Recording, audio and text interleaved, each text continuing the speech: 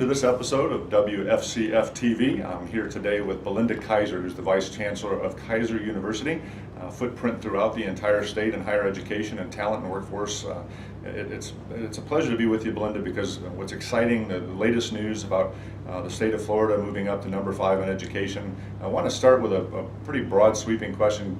What is your sense of the state of Florida in education, and particularly based on the observations you've made in the Talent, Supply, and Education Caucus as it's recently met to talk about the issues that we face? It's exciting. We're not without our challenges, but I can tell you the energy in the room, if you look at, for example, the different companies that are represented, if you look at the different entities that are represented, I believe that we have an incredible opportunity. I think that when times are tough, that's when the challenges that present themselves provide you some of the greatest opportunities. There is no doubt we have challenges, but you can see even from this group that the focus is problem solving. They're looking at initiatives like STEM. We're looking at fair and balanced accountability and reward systems for our leaders in education.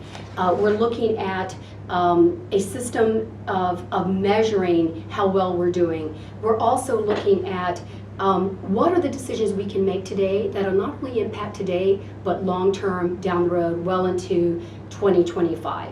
I think that some of our biggest challenges will include what you would expect, funding. And we're really going to have to be very mindful of how we spend those dollars to make sure that we're having the desired impact.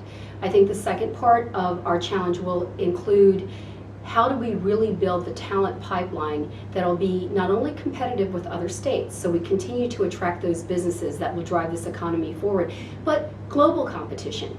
But what I can tell you from what I've seen, we've got the talent right here at the Florida Chamber. Did talk about the large footprint that Keiser University has. Give us some sense of why Florida, and what do you see as far as Keiser University's role and its growth potential and involvement in the state's future? As an educator, our commitment to talent has been something that has been part of our mission for now 35 years. And we are, as you already know, a university providing 2-year all the way to the PhD level. So with that in mind, our purpose is to provide the talent that is necessary to drive the new economy for Florida.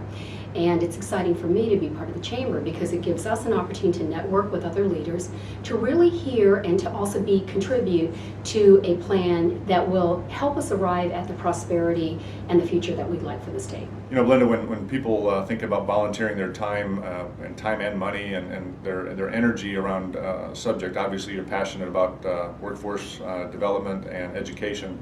When you have to make a decision about being involved in the Florida Chamber and the Florida Chamber Foundation, what would you tell somebody that would ask you about getting involved and what value there might be in a relationship with these two organizations?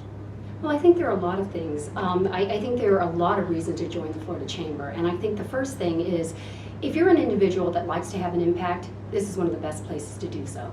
And I think the second part of it is that the way that you encourage members to participate, you really look for what their interests are. So you have the ability to face-to-face meet leaders of other companies, whether they be in education, whether they're in the nonprofit sector or in the business sector. It gives you that opportunity. I think the other part of this is we are together helping to shape the future of this economy. And if you look at other organizations, there are a couple things that are very appealing to me. It's appealing to me that the Florida Chamber does have a legislative agenda. It's appealing to me that the foundation has provided us the opportunity to contribute to a grand plan, if you will. And I think the other thing, the other issue that's very appealing is that as leaders in the chamber, we're looking for alignment with other groups. And I think from a unified approach, there's so much we can do to contribute to the state and to contribute to our residents. Belinda, thank you again for your time. It's always good to be with you and to get your perspective on talent supply, education, workforce development, and your leadership role as a community leader and a business leader. And we thank you for your contributions of time and money and energy behind the Florida Chamber Foundation and the work of the 6 Pillars Caucus System. Ladies and gentlemen, we invite you to visit with us again as the next episode of WFCF TV will bring Al Steinmack of Metal Essence Inc.